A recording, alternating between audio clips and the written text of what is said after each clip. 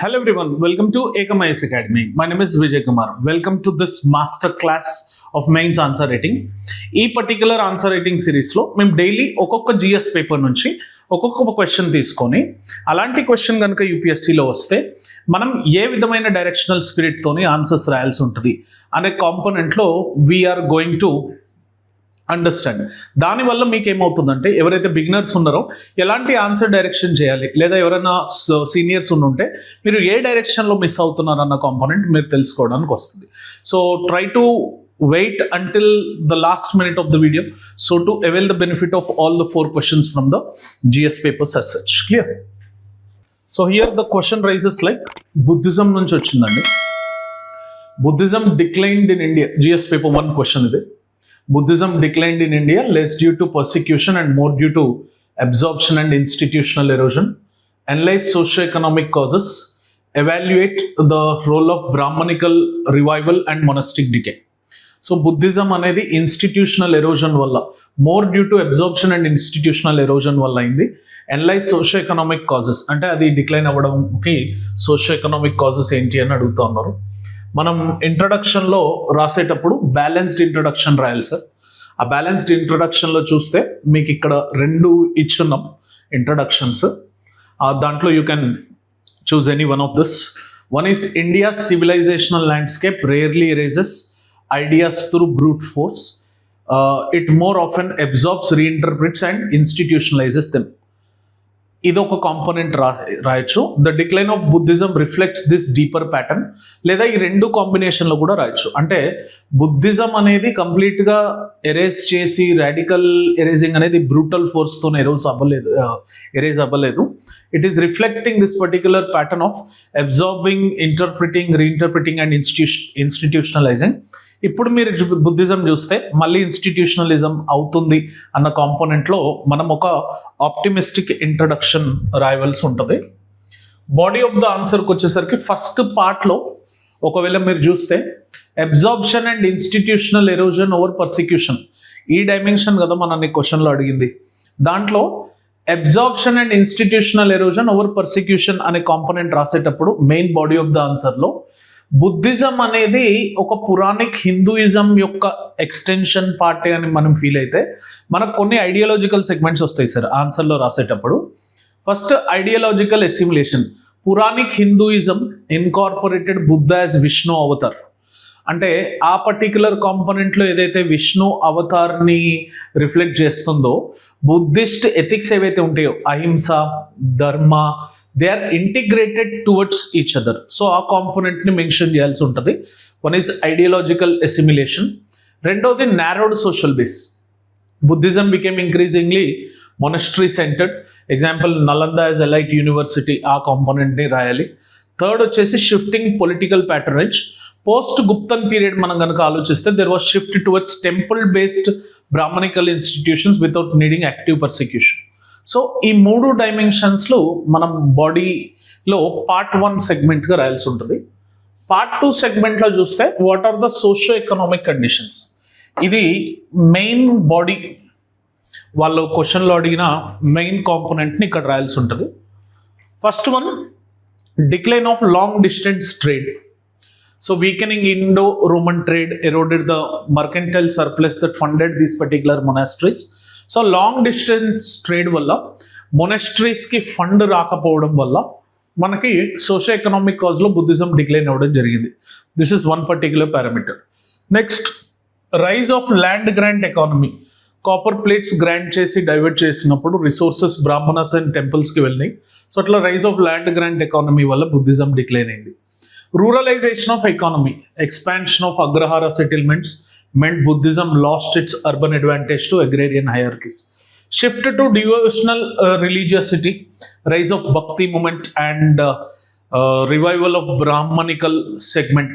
So ఆ డైమెన్షన్లో కూడా మనం ఈ కాజ్గా రాయొచ్చు. వాడు ఓన్లీ సోషియో ఎకనామిక్ కాజ్ అడిగాడు, పొలిటికల్ కాజ్ అడగలేదు. కాబట్టి మేజర్గా మనం ఆ పర్టికులర్ పొలిటికల్ కాజ్ని ఇన్సర్ట్ చేయకుండా ఉంటేనే బెటర్. క్లియర్?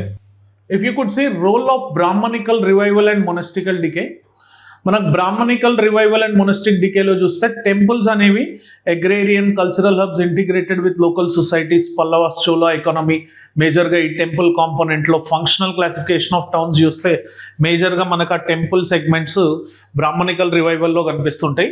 అదే మొనస్టిక్ డికే దగ్గర చూస్తే accused of laxity, luxury and detachment noted by Xuanzang. ఆ సంఘాస్ అనేవి ఈ పర్టిక్యులర్ లగ్జరీని ఎరోడ్ చేసుకుంటూ వచ్చినాయి. Plus intellect and ideological segment కనుక మనం చూస్తే philosophical counter movement like rise of Advaita, Vedanta, Shankaracharya restructured the logic. అక్కడ భక్తి మూమెంట్ రివైవల్ వల్ల మనకి కాంపోనెంట్ జరిగింది. ప్లస్ తాంత్రిక్ టర్న్ ఎక్కడైతే తీసుకుందో వజ్రాయన బుద్ధిజం ఎప్పుడైతే వచ్చిందో, first Hinayana and Mahayana Buddhism వచ్చింది, later on వజ్రాయన Buddhism which has acted as a sect, subsect of Mahayana Buddhism, with Shaiva Shakta Tantra diluting these particular boundaries.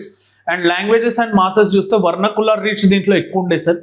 ఎందుకంటే Brahmans they used this particular Tamil, Kannada, Marathi vernacular languages use చేయడం జరిగింది. కాకపోతే ఇక్కడ late Buddhist centres ఏం చేశారంటే elite isolation, only one particular language that was Pali వాడడం వల్ల మనకు ఆ పర్టిక్యులర్ సెగ్మెంటేషన్ మూవ్ అవ్వడం జరిగింది. అట్లా role of Brahmanical revival and monastic decay రెండు కూడా బుద్ధిజం డిక్లైన్కి కాంట్రిబ్యూట్ చేసినాయి. కంక్లూజన్ రాసేటప్పుడు ఇక్కడ 2 బేసిస్ ఆఫ్ కంక్లూజన్స్ ఇవ్వడం జరిగింది sir. One is Buddhism in India declined mainly because of its institutional base weakened and its ideas were absorbed while society shifted towards temple-centric rural religiosity. So either ఈ conclusion అన్న రాయవచ్చు, లేదా the lesson is civilizational, tradition survive not only by philosophy but by social embedding and adaptive institutions. మీరు ఈ particular conclusion అయినా you can write in this particular Buddhism segment. So ఇలాంటి conditional conclusions రాయడం వల్ల we might get that particular extra edge in your answer writing. GS paper 2లో ఒకవేళ చూస్తే explain how cesses and surcharges alter the effective working of vertical devolution in India, discuss why this has become a major center state dispute despite an unchanged devolution percentage, suggest reforms to restore predictability and fairness in the fiscal federalism. So ikkada center state relations, fiscal federalism and strong center, provisional autonomy ఇట్లాంటి components ని use చేస్తూ మనం answer రాయాల్సి ఉంటుంది sir. ఇంట్రడక్షన్లో obviously physical federalism గురించి రాయాల్సి ఉంటుంది. ఆ ఫిజికల్ ఫెడరలిజం గురించి రాసేటప్పుడు ఈ డివల్యూషన్ ఆఫ్ ఫండ్స్ ఆర్టికల్ 270లో ఉంది అన్న కాంపోనెంట్ని కూడా మీరు రాయొచ్చు. The devolution of funds under the physical federalism would be under article 270, అట్లా ఆ డైమెన్షన్ సెగ్మెంట్లో రాయొచ్చు. లేదా ఇండియాస్ ఫిజికల్ ఫెడరలిజం అనేది does not depend not just on the devolution percentage but on the size of the divisible pool it self. This is very important line. Size of the divisible pool and the raising reliance on cesses and surcharges has therefore become a subtle tool of fiscal centralization even without changing formal devolution rates. So itla manam ee particular segment introduction రాయొచ్చు. ఇది just value addition గా పెట్టుకోవచ్చు. If you want to extend your introduction then only you can write this. Otherwise ఈ component చాలా మంచి introduction అండి. India's fiscal federalism depends not just on the devolution percentage but on the size of divisible pool itself. So మనం బాడీలో రాసేటప్పుడు how cesses and surcharges alter the effective working of this vertical devolution, ఇది రాసేటప్పుడు shrinking the pool component రాయాల్సి ఉంటుంది. Effective share declines despite the stable 41% rate. ఆ 41% rate ఉన్నప్పటికీ effective share అనేది డిక్లైన్ అవుతూ వస్తుంది. ప్లస్ అది కాకుండా షిఫ్ట్ టు కండిషనాలిటీ ఒక కాంపోనెంట్ రాయొచ్చు, where states become dependent on rigid centrally sponsored schemes limiting the policing autonomic. So this is the second component which we can write. Third ఒకటి shrunk and divisible pool under article 270, అక్కడ physical volatility కనిపిస్తుందని రాయొచ్చు, which reduced predictability hampers medium term state planning for welfare and infrastructure. Final bypassing frameworks, health, education, cess collections expand, center only revenue outside constitutional sharing. So దానివల్ల సెంటర్కి ఎక్కువ benefit జరుగుతుంది, స్టేట్కి కొంచెం debate or reduction of the cess రావడం జరుగుతుంది అనే కాంపోనెంట్లో we can write. And body part 2 చూస్తే Why this became a major center state dispute despite unchanged devolution percentage అంటే ఫస్ట్ ఫైనాన్స్ కమిషన్ లిమిటేషన్ గురించి రాయాల్సి ఉంటుంది సార్. అక్కడ acknowledge the problem but avoids binding mediation on non shareable levies, ఇది ఒక component. States bear main welfare delivery, so health కానీ education కానీ law and order కానీ స్టేట్స్ చేతిలో ఉంటాయి, but face limited buoyant tax handles under the GST regime. So rising expenditure obligations ఒక discussion. State burdens ఎక్కువ ఉన్నాయి, స్టేట్ రెవెన్యూస్ అనేవి తగ్గిపోయినాయి. ఆబ్వియస్లీ మనం హిస్టారికల్గా కూడా చూస్తే రెవెన్యూ వితౌట్ రెస్పాన్సిబిలిటీస్ ఆ డ్యూయల్ గవర్నమెంట్ సెటప్ అయినప్పుడు మనకు కనిపిస్తూ ఉంటాయి. ప్లస్ సెంట్రల్ ప్రయారిటీస్లో కొన్ని మారినాయి సార్. సెంట్రల్ ప్రయారిటీస్లో చూస్తే డిఫెన్స్ యాజ్ అ ప్రయారిటీ మారింది, ఇన్ఫ్రాస్ట్రక్చర్ యాజ్ అ ప్రయారిటీ మారింది. They are financed by a non shareable instrument shifting adjustment cost to the states. Headline versus actual share, ఒకవేళ 41% షేర్ డిస్కషన్ చేస్తే 41% is stable only on the paper, but the actual devolved amount is reduced by smaller divisible pool. So ఈ conditional segments మీద ఒక unchanged devolution percentage ఉన్నప్పటికీ dispute అనేది మారిందని రాయొచ్చు.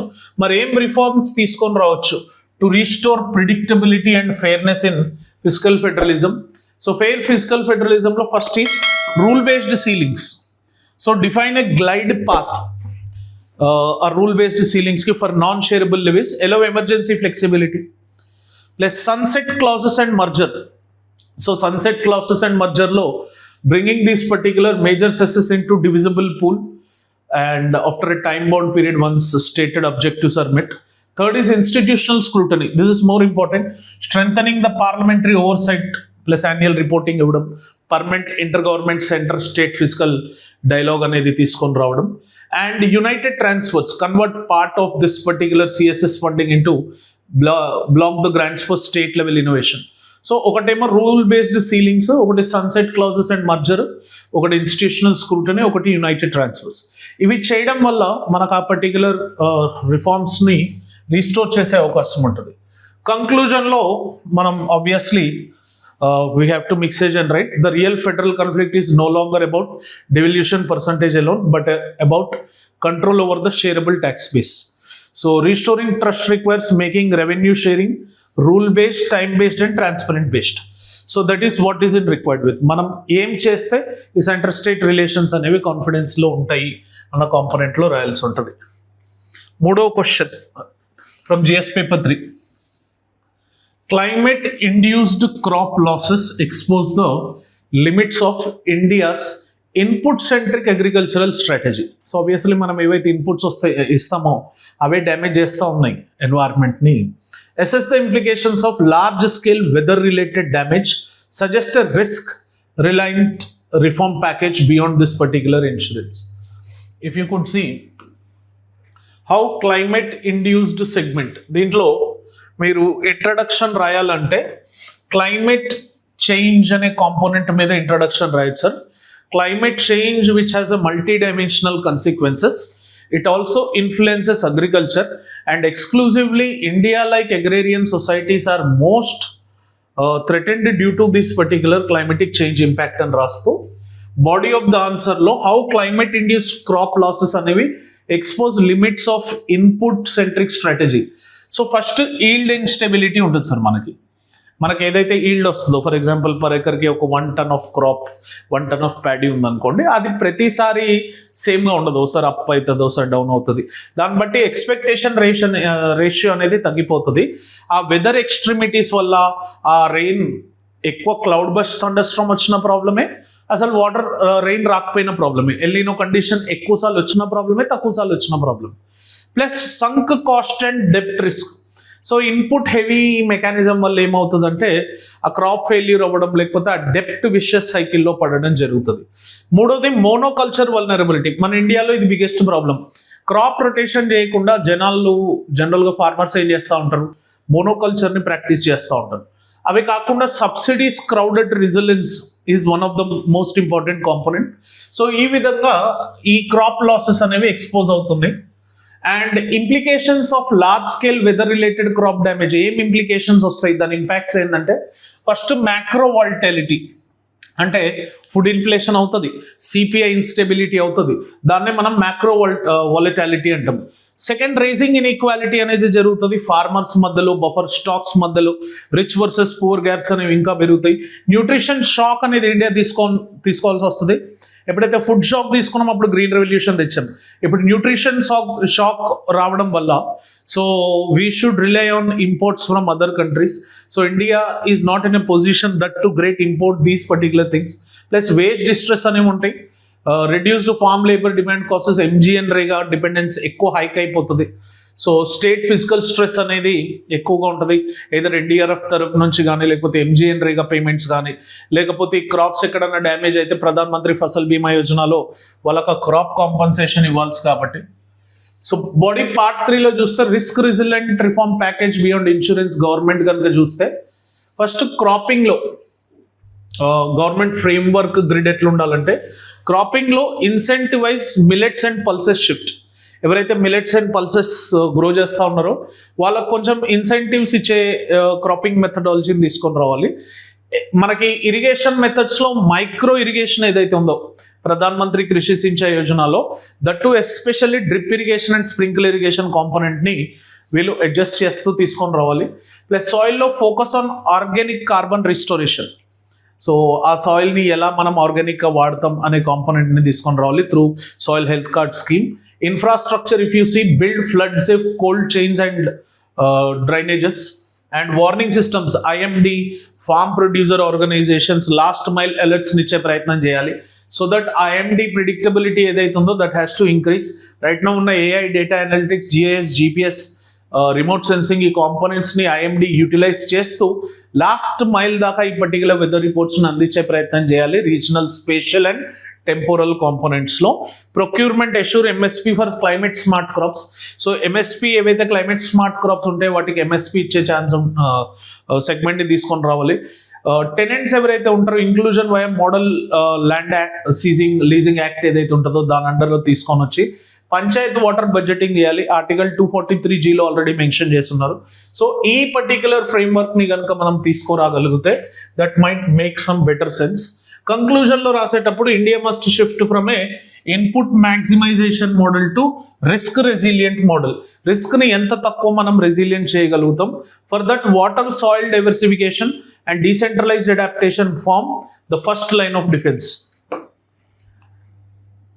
So this should be our conclusion. Input maximisation model నుంచి మనం risk resilience మోడల్కి వెళ్ళాలి. సో ఈ డైమెన్షన్ని కనుక మీరు ఎప్పుడైతే రాయగలుగుతారో that makes a perfect conclusion for this answer. Next GS paper 4 ఎథిక్స్లో చూస్తే crime is not merely a law and order problem, it is also a moral failure of society and institutions. Exactly అందరూ క్రిమినల్ని criticise చేస్తూ ఉంటారు, అప్పుడైనా క్రైమ్ని criticise చేస్తూ ఉంటారు. Evaluate this statement, suggest ethical measures to reduce habitual offending. So దీని గురించి introduction రాసేటప్పుడు crime is not just a violation of law, it is a breakdown of values. When families, communities and institutions fail to uphold justice and dignity, crime becomes repetitive and socially normalized. So ఈ రోజులలో చిన్న చిన్న తప్పులు కూడా ఏముందులో ఈ పొరపాట్లు అయిపోతాయి అన్న కాంపోనెంట్లో సొసైటల్ యాక్సెప్టెన్స్ వస్తుంది. అందుకే ఈ పర్టికులర్ స్టేట్మెంట్ చూడండి, చాలా perfect statement for the question. Crime is not just a violation of law, it is breakdown of values, and when families, communities and institutions they fail to uphold justice and dignity, crime becomes repetitive and socially normalized. So legal violation, value breakdown, repetitive and socially normalized crime అనేది ఇంట్రొడక్షన్లో మనం mention చేస్తూ బాడీలో part 1 answer రాసేటప్పుడు crime as moral failure of society and institution. So moral socialization fails. Weak early values lead to impulsive violence. Youth substantive abuse ఏదైతే చేస్తారో ఆ moral socialization అనేది fail అయినట్టు. Normalization of illegality, clear, mob justice destroying ethical boundaries జరుగుతూ ఉంటాయి. So normalization of illegality component. Institutional injustice, corruption makes the law to be more oppressive, ఇట్లాంటివి institutional injustice కనిపిస్తూ ఉంటాయి. ప్లస్ డిలేడ్ జస్టిస్ కూడా దీనికి ఒక కారణం అవ్వచ్చు. ప్లస్ రిఫార్మేటివ్ ఫెయిల్యూర్ కూడా దీనికి ఒక కారణం అవ్వచ్చు. సో ఈ పర్టిక్యులర్ 5 పిల్లర్స్ ఏవైతే ఉన్నాయో మనకి రిఫార్మేటివ్ ఫెయిల్యూర్లో ఓవర్ క్రౌడెడ్ ప్రిజన్స్ ఉండడం వల్ల క్రిమినల్స్ని రీహాబిలిటేట్ కన్నా కూడా మోర్ టఫ్గా మారిపోయింది. జనరల్గా ప్రిజన్ యొక్క మెయిన్ ఇంటెన్షన్ ఏంటి, రీహాబిలిటేట్ చేసి మళ్ళీ నార్మల్ సొసైటీలో ఉండే విధంగా తీర్చిదిద్దడం. So that is the main rule of prison. కాకపోతే ఆ రిఫార్మేటివ్ ఫెయిల్యూర్లో ఆ పర్టిక్యులర్ కాంపోనెంట్ ఓవర్త్రో అయిపోయింది. కంక్లూజన్ రాసేటప్పుడు moral foundations and justice with dignity అనే కాంపోనెంట్లో రాయాలి. Habitual offending reduces when society builds moral foundations and institutions deliver justice with dignity. అయితే habitual offending ఎప్పుడు reduce అవుతుందంటే వెన్ సొసైటీ అనేది మారల్ ఫౌండేషన్ బిల్డ్ చేసినప్పుడు and institutions అనేవి justice with dignity delivery ఇచ్చినప్పుడు. And reformative accountable and opportunity based approach makes crime control both ethically legitimate and socially sustainable. So ఈ particular కాంపోనెంట్లో moral foundations ఉండాలి, justice with dignity వచ్చినప్పుడు మనకు sustainable society వస్తుంది అని ఈ డైరెక్షన్లో మనం ఆన్సర్ని ఫినిష్ ఆఫ్ చేయాల్సి ఉంటుంది. So this is how one directional spirit. ఇవే రాయాలని కాదు, ఇది జస్ట్ ఒక డైరెక్షన్ మాత్రమే. So that you would be starting your answer with an idea, you will be starting your answer with a direction so that you can write more better answers in UPSC. Hopefully అందరికీ video నచ్చుంటే like చేయండి, share చేయండి. Subscribe to Ekam Academy channel and click on the bell icon for continuous notifications. Thank you for watching this video. Have an awesome day. Jai Hind.